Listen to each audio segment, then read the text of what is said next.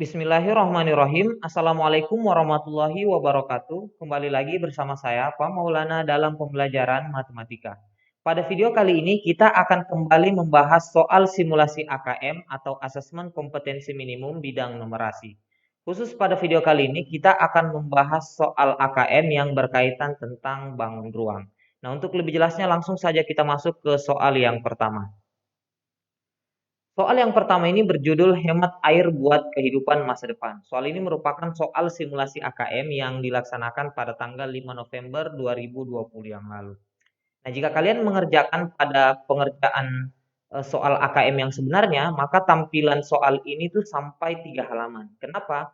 Karena di sini ada banyak informasi yang bisa kita olah. Jadi yang pertama ada wacana yang berkaitan tentang pentingnya air buat masa depan. Kemudian bagian kedua ada informasi yang berkaitan sangat penting dalam soal.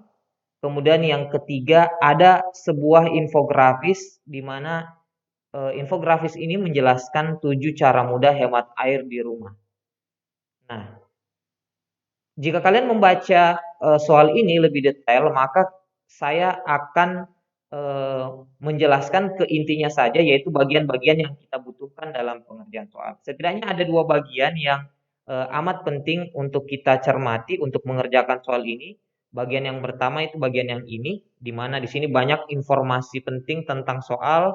Kemudian bagian yang kedua itu pada infografis. Nah, ini juga sangat dibutuhkan dalam pengerjaan soal. Nah, jadi kita akan fokus ke 2 item informasi ini. Oke, kita langsung masuk ke item informasi yang utama. Nah, pertama, perhatikan gambar berikut. Di sini kita diberikan 2 buah gambar. Gambar yang pertama ini merupakan gambar sebuah pengukus. Kemudian gambar yang kedua adalah gambar nasi tumpeng. Nah, soalnya adalah sebagai berikut. Ani akan membuat nasi tumpeng dengan menggunakan tempat mengukusnya berbentuk kerucut seperti pada gambar. Nah, bisa kita lihat pengukus nasi tumpeng ini berbentuk kerucut, di mana diameternya adalah 35 cm dan tinggi pengukusnya atau tinggi kerucutnya adalah 60 cm. Jika kita hitung volume tempat mengukusnya, sesuai dengan volume kerucut, rumusnya adalah sepertiga VR kuadrat kali tinggi, di mana jari-jarinya adalah 35/2 karena diameternya kan 35 cm ya, berarti jari-jarinya 35/2 atau 17,5. Kemudian tingginya 60 cm. Langsung saja kita masukkan agar mengetahui volume tempat mengukus. Jadi langsung saja kita masukkan sepertiga kali V 3,14 sesuai dengan soal. Lalu jari-jarinya 17,5 diperoleh dari 35/2 dikali 17,5 karena kuadrat ya. Lalu dikali tinggi yaitu 60. Nah, jika kita kalikan, oh ya, pertama bisa kita bagi ya, 60 dibagi 3 itu 20. Lalu jika kita kali 20 kali 17,5 kali 17,5 kali 3,14, kita peroleh hasil kalinya adalah 19.232,5 cm pangkat 3. Nah, jika kita ubah dalam desimeter pangkat 3, berarti ini kita bagi 1000, hasilnya adalah 19,2325 desimeter pangkat 3. Nah, kenapa kita harus mengubahnya ke dalam desimeter pangkat 3? Karena dalam soal itu banyak dijelaskan volume dalam satuan liter. Sedangkan untuk satuan pangkat 3 yang setara dengan liter itu adalah desimeter pangkat 3. Nah, karena 1 liter sama dengan 1 desimeter pangkat 3, berarti 19,2325 desimeter pangkat 3 itu sama dengan 19,2325 liter. Atau kita bulatkan menjadi 19 liter. Nah, dari sini kita bisa simpulkan bahwa volume tempat mengukus adalah 19 liter. Kita lanjut ke penjelasan soal. Campuran air untuk mengukur berasnya adalah 1:1. Artinya, 1 liter beras campur air 1 liter. Jika air yang digunakan senilai dengan air hasil dari penghematan jika Ani mematikan keran air saat gosok gigi selama 4 hari, maka kurang atau lebihnya nasi tumpeng adalah. Nah, dari informasi soal selanjutnya, kita peroleh bahwa campuran air untuk mengukur beras itu adalah 1:1. Maksudnya 1 liter beras campur 1 liter air. Nah, kemudian air yang digunakan senilai dengan air hasil dari penghematan jika Ani mematikan keran air saat gosok gigi selama 4 hari. Nah, seberapa banyak air yang digunakan Ani ketika mematikan keran air saat gosok gigi? Nah, informasinya itu ada di sini, di infografis yang sudah saya eh, crop ini ya. Jadi bagian ini yang sangat penting. Kenapa di sini dijelaskan bahwa jika Ani mematikan keran saat sikat gigi atau saat menyabuni tangan, kebiasaan ini bisa menghemat kurang lebih 750 liter air per bulan. Nah, dari informasi infografis ini bahwa mematikan keran air saat gosok gigi itu dapat menghemat 750 liter air per 30 hari. Yang jika kita rata-ratakan, kita bagi 750 dibagi 30 itu sama dengan 25, berarti itu sama saja menghemat 25 liter air per hari. Nah, karena Ani mematikan keran air saat gosok gigi selama 4 hari, berarti itu setara dengan 25 liter dikali dengan 4 hari, berarti 100 liter.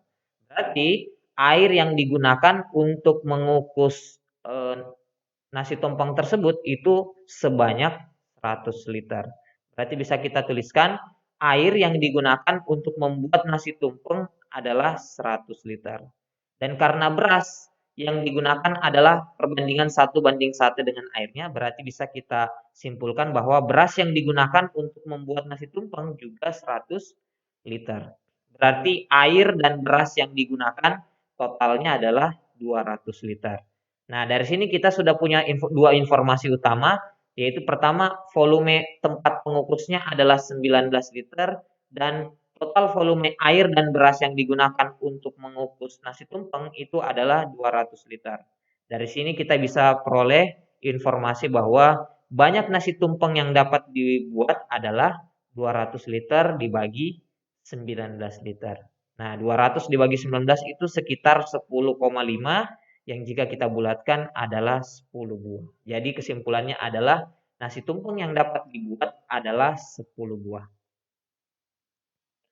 Oke, kita lanjut ke soal nomor 2. Nah, soal nomor 2 ini merupakan soal kontes literasi matematika tahun 2011 yang dilaksanakan oleh Pendidikan Matematika Realistik Indonesia atau PMRI. Nah, soal ini berjudul kue. Pabrik kue menyediakan dua jenis kue berbentuk cakram dengan ketebalan sama, tetapi ukurannya berbeda.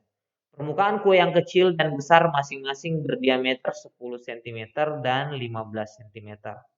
Nah, ini ada ilustrasi gambar martabak manis.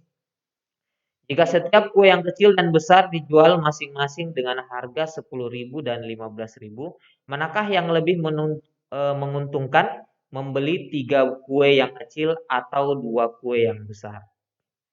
Nah, jika kita perhatikan ya, jadi kita ini diminta untuk membandingkan 2 buah kue yang berbentuk cakram dengan ketebalan yang sama.